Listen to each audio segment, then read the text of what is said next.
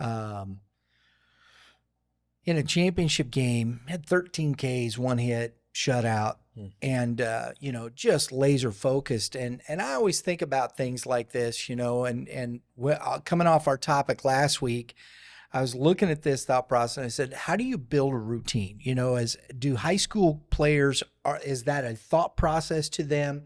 You've gone through this whole process starting in high school up through college to the professional level.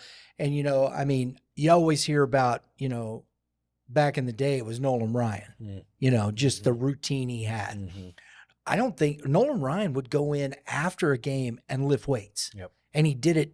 That's what he did. Yep. Clayton Kershaw is famous, Yep. For his routine. These are guys that I follow, whatnot. Yep. Is that something that, as a high school player, how do you get them to start that thought process?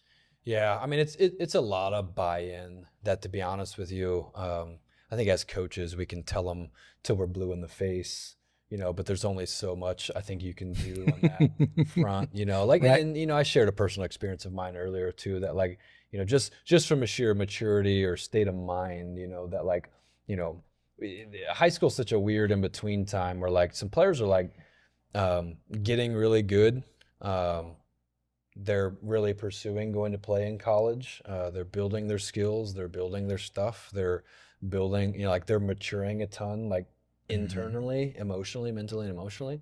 But it's sandwiched in between this time where middle school or whatever, they could roll out of bed and go play 3 games in a day, and then if you go play in college, everything's very much a business, regimented, and very scripted for you most of the time, right?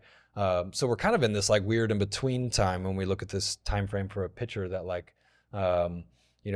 they're probably physically getting to the point where they're gifted enough and it's necessary that they get on a better routine to help kind of either take them to the next level or minimize their risk of injury or a bunch of different factors, to be honest with you. But the dynamic is are they mentally and emotionally ready? Because there's a lot of other factors into it where they're their friends or their teammates or their teams that they're on aren't very structured and regimented, so I mean, if you dropped a kid that had the aptitude to really be structured and regimented in an environment that's really not, how would you expect him to be that That's way? tough, isn't it? And operate that I never way, thought about that. Right. And that's kind of what we help players do,